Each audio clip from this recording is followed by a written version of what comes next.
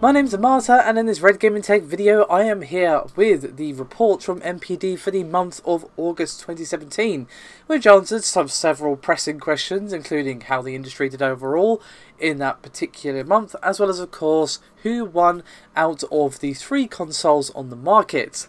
And obviously this is US market when it comes to NPD, but that shouldn't need saying, but just in case.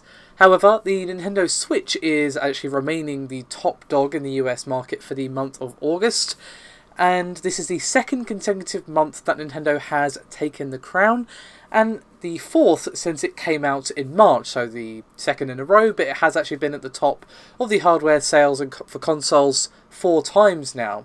Unsurprisingly, however, fairly snappily at its heels is the PS4. Hardly shocking, given that, of course, the PS4 was repeatedly at the top of the NPD hardware report until the Switch came along.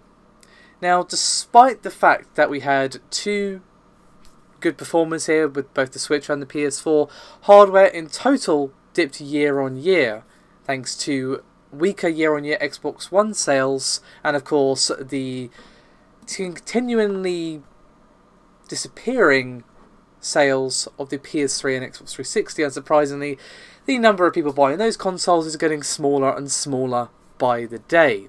Now, I say it's a decrease for hardware.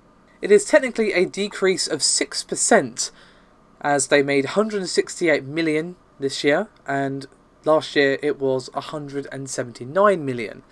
Obviously, that's still a fairly significant drop, even if it is only 6%. That still is quite a lot of change. When you're talking about millions, a few percent, of course, can be the difference maker. But, of course, we're also in a slightly sort of dry spell at the moment. Obviously, summer is generally a bit like a wasteland when it comes to game releases, and we only really see it pick up around sort of September, October, November sort of time, when every game ever decides to come out, because apparently developers are incapable of not releasing every game in existence in a 2 months period. However, NPD are expecting the downturn to change soon. As I just said, we are rapidly approaching the busy period for gaming, so I fully expect this slump to pretty much completely reverse itself and of course continue to climb, and we'll have some interesting figures as to who wins when it comes to the very competitive pre-Christmas rush, as it were. As you know, we're going to getting the release of the Xbox Scorpio as well, which is definitely going to make an impact on the industry one way or the other. And of course, just generally more bundles and probably price cuts and that sort of thing on consoles, as of course the companies compete with each other to be under the most Christmas trees. Now, for those of you wondering how PC did in this, well, obviously we only have software, and I'll get to software in just a minute. But in terms of software, 11 million is actually what PC made this time, which is actually down 23% from 15 million, which is a bit of an ouch to say the least. But the same sort of logic applies as to the downturn for the console software, which was also down 2% at 271 million, down from 276 million. So hopefully we'll see that bounce back. You know, while PC is less affected by the drought, given that of course indie games still continue to release, it is still obviously a much more sparse time than the sort of earlier in the year and late in the year rushes that we have. Now, before I move on to our software chart, the total spend in gaming, this is of course hardware, PC, console and accessories, is actually down 2%, as it is 568 million this year, down from 578 million in August of last year. And pretty much all of these categories have a downward trend, as I've already discussed, aside from one, that being accessories, which are actually up 10% at 118 million compared to the 108 million that we saw last year. And I have a bit of a quote here from the NPD analyst Matt Piscatella, who said, quote, "Total video game spending in August 2017, which includes hardware, software and accessories, fell 2% versus a year ago to 568 million. So with all that out of the way, let's move swiftly on to software, where the NPD took a moment to honour our Lord and Master GTA 5, which is continuing to just be at the top of the best-selling games, despite the fact that, of course, it originally released more years than I can count ago, I mean, obviously, it only fairly recently came out on PC, and I say fairly recently, but you know what I mean. But it is still continuing to pretty much dominate across all platforms, and it is actually number 2 in the top 20 for NPD August 2017. And I have yet more comments here from the NPD analyst Matt Piscatella, who said, quote, Grand Theft Auto 5 has been on the market 49 months and has achieved 41 top 10 chart appearances, 16 times more than any other single title in reported history.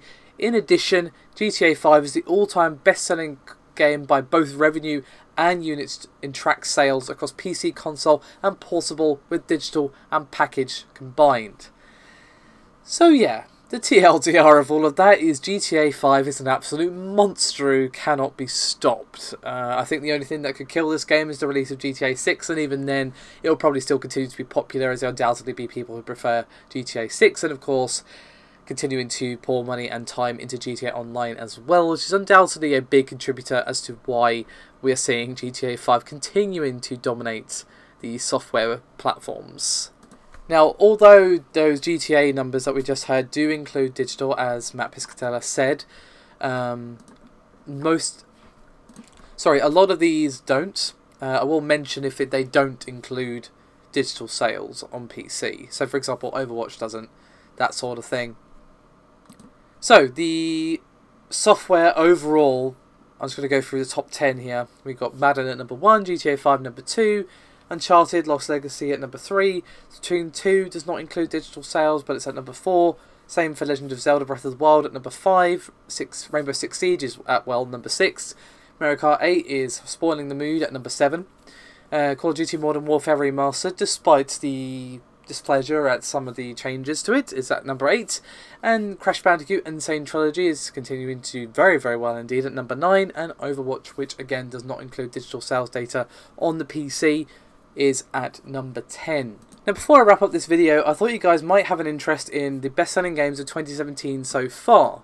Again, it is only September, and obviously this report is only for August, but I still think, you know, this is important to note. While some of these are definitely going to change around Christmas, we're probably going to see the top games go even more to the top, if that makes any sense at all. But we have Ghost Recon Wildlands at number 1, Zelda at number 2, GTA 5 at 3, For Honor at 4, Horizon Zero Dawn at 5, Injustice 2 at number 6, Mass Effect Andromeda at number 7, Madden NFL 18 at number 8, NBA 2K17 at number 9, and Resident Evil 7 Biohazard at number 10. Now that is across all platforms for the year so far. I'm really going to be interested to see how much that changes come January. Of course, that will be when we get the December report. But still, glad to see some good games there. You know, Zelda, Horizon, Resident Evil 7, as well as, of course, a few others. Bit surprised to not see Overwatch there across all platforms, but it is obviously being beaten by some pretty damn heavy hitters, at least so far. So basically, the TLDR of all of that is that the Switch won the hardware race this month for the second time in a row, the PS4 swiftly following that, and of course the Xbox One in third place. And of course, overall industry spend was down 2% year on year to 568 million. So with all that said, thank you very much for watching. I'll see you next time.